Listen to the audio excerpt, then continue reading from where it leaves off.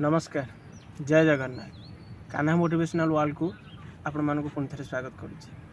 आज गोटे छोटिया टॉपिक किसी ना सेटा आम समाजर गोटे माने चिराचरित घटना।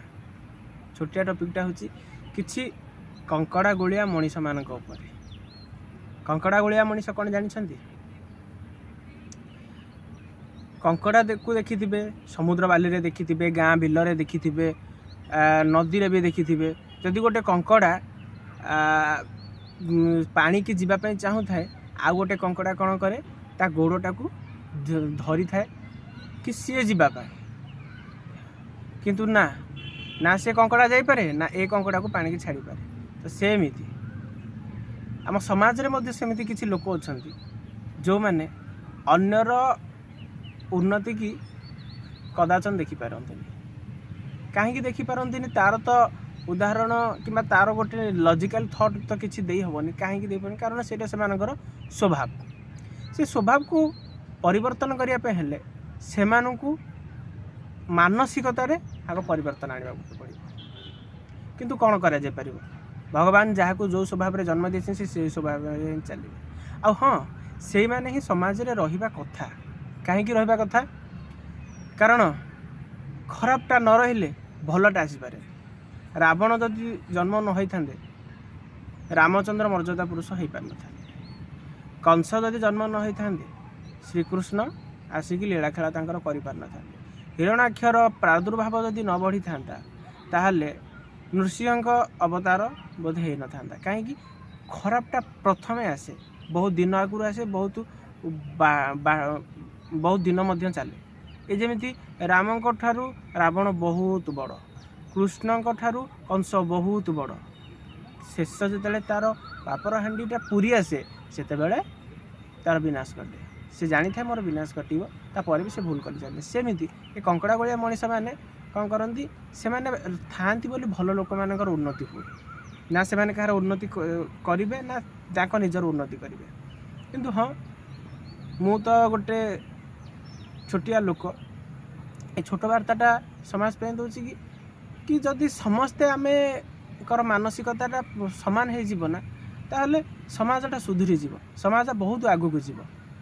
किंतु सेटा केते दूर ग्रहणयोग्य हो पारिबो सेटा तो मुझे जानी। किंतु एतिकी अनुरोध रहिबो कि हाँ से हिसाब से चलते, कारण आम मानसिकता कौन कि आमे ऊपर को जाई पारले सेटा होचे आमर दुर्बलता।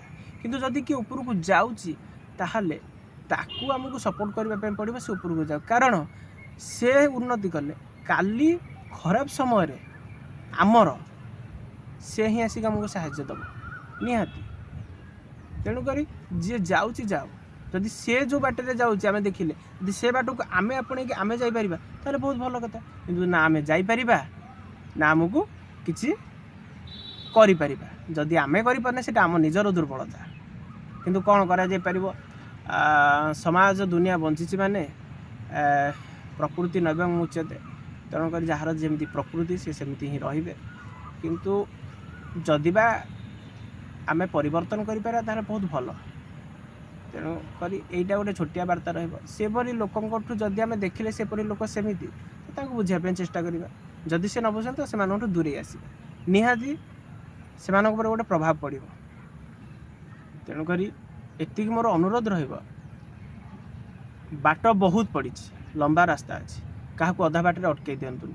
आपड़ 100 जन जा जन को अटकेबे हेले कह हम से 100 जन को जी तैयारी करिछि से ऊपर वाला भगवान ताकू उद्धार करेंगे। ताकू नहीं गोटे जगह सेटलमेंट करे। आप जो जगह थे से केवल जलिकी पाउंश हवा छड़ा आ किसी न था।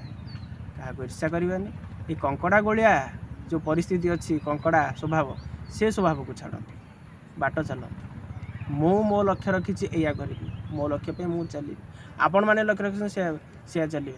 जदि मो लक्ष्य मु साधित न कर सेटा मो दुर्बलता ना कि ना। किंतु अधिक कर एनकरेजमेंट करिया दरकार।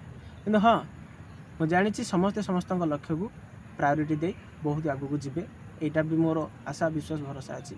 आउ गोटे रिक्वेस्ट रहिबो से कंकड़ा भलिया मनीष मानक बुझातु। जदि से न बुझुंट तो से दूरे जाऊँ। जय जगन्नाथ जदि मोर ये कथाटी भल लगी था ताहले चैनल को सब्सक्राइब करेंगे, लाइक करेंगे, कमेंट करेंगे। रोची जय जगन्नाथ।